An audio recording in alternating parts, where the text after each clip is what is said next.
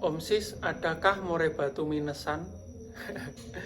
Oke teman-teman, dalam video malam hari ini sebetulnya ada beberapa teman-teman yang pengen cari murai batu minusan atau murah-murahan kayak gitu. Oke teman-teman, sebelum saya lanjut menjawabnya, teman-teman yang pengen gabung di grup Telegram, cek di deskripsi ada linknya. Atau teman-teman lihat aja di deskripsi, bisa gabung dan sharing-sharing di sana. Untuk teman-teman, saya infokan lagi, kemarin yang pesan fur breeding untuk ternak atau fur harian atau fur cabul, mungkin seminggu lagi udah ready ya. Ini masih proses dirapu sama teman. Oke, langsung saja.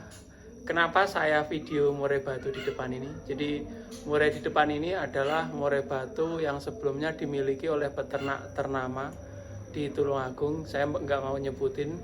Jadi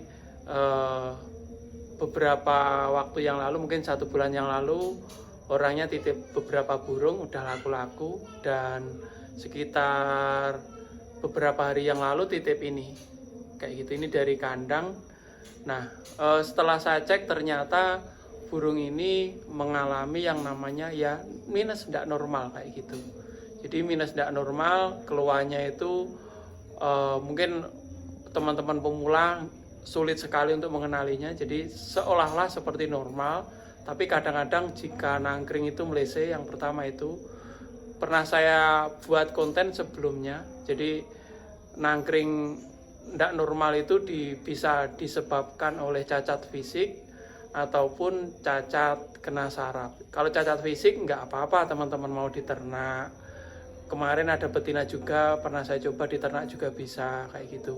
Jantan juga bisa kayak gitu, asalkan masih memenuhi syarat bisa kawin kayak gitu.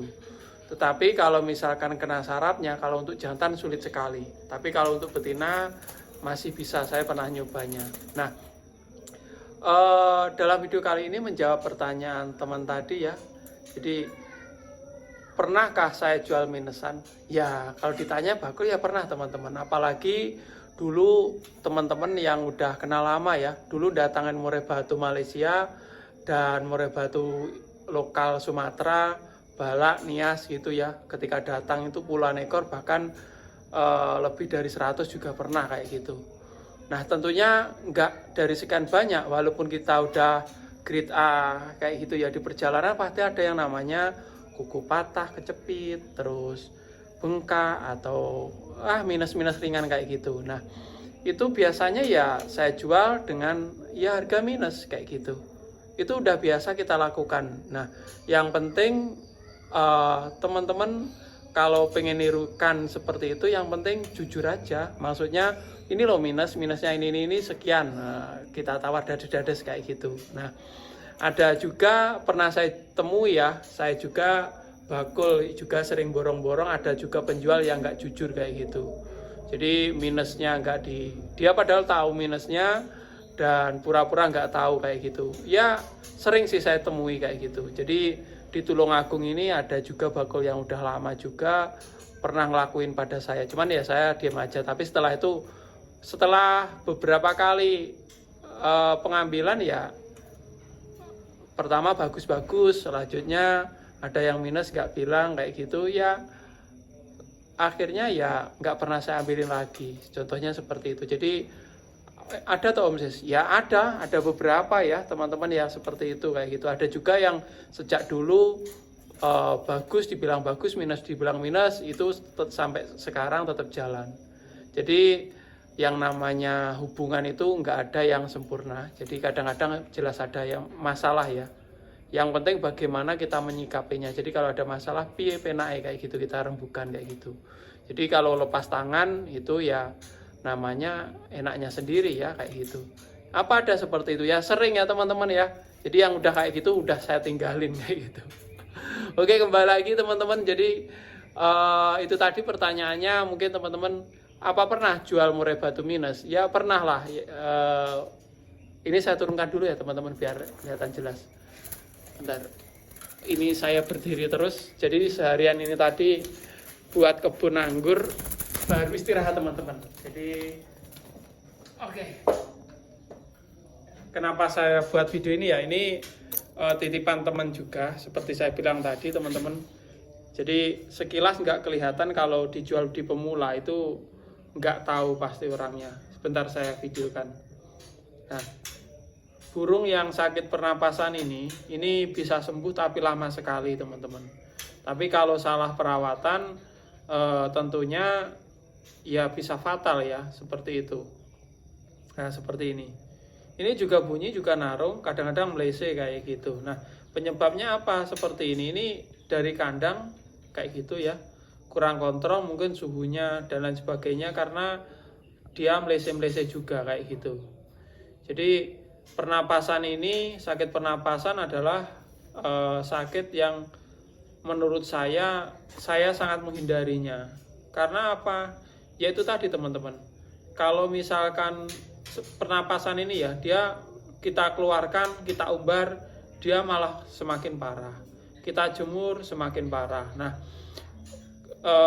intinya dia taruh tempat tenang, EF-nya harus kerutu ya teman-teman kalau bisa kayak gitu. Terus kalau saya kasih obat racikan. Pernah beberapa kali saya menyembuhkan, tapi waktunya agak lama sekali. Jadi makanya ada beberapa orang yang mau jual burung kondisi seperti ini, ya ngos-ngosan seperti ini teman-teman. Jadi ketika burung tersebut panik, dia ngos-ngosan. Beda lagi dengan muda hutan ya.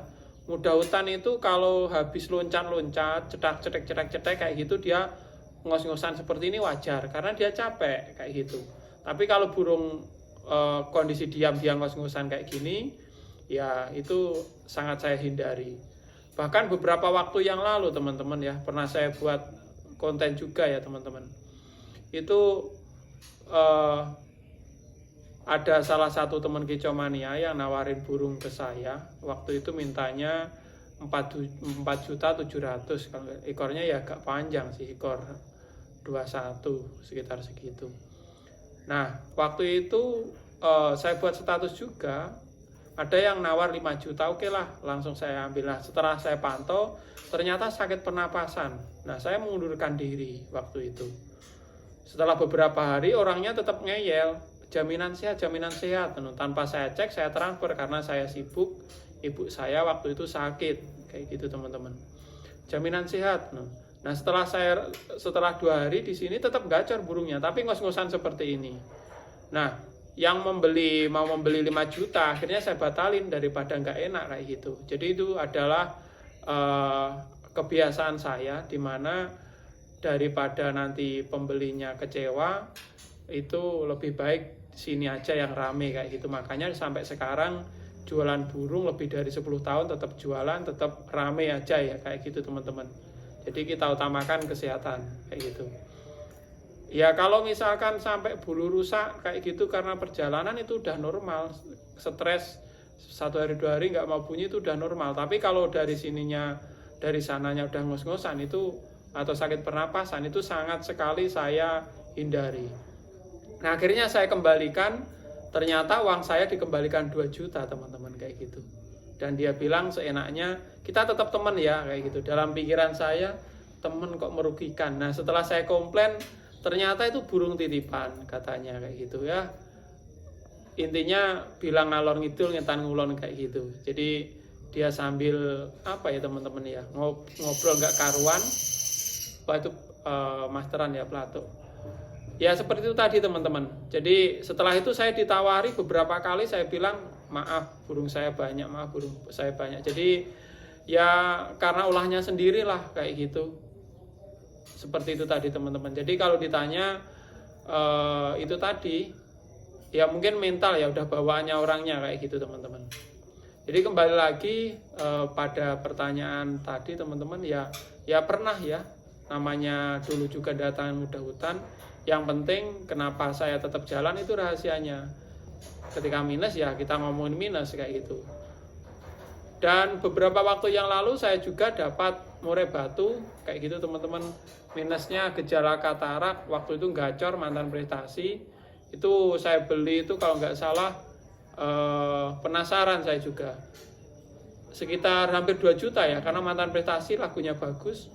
Nah setelah di sini mabung, saya perawatannya kurang ngerawat, intinya seperti itu. Nah setelah mabung tuntas ternyata kataraknya itu tambah parah. Akhirnya kemarin laku kalau nggak salah 800 atau berapa itu hitungannya ya rugi, tapi ya namanya apa ya, harga sesuai barang atau kondisi itu udah biasa kalau bakul ya teman-teman. Oke teman-teman, itu tadi mungkin teman-teman bisa ngambil hikmahnya dari apa ya, keapesan atau kesalahan saya. Jadi ada beberapa penyakit memang yang agak sulit disembuhkan kayak gitu.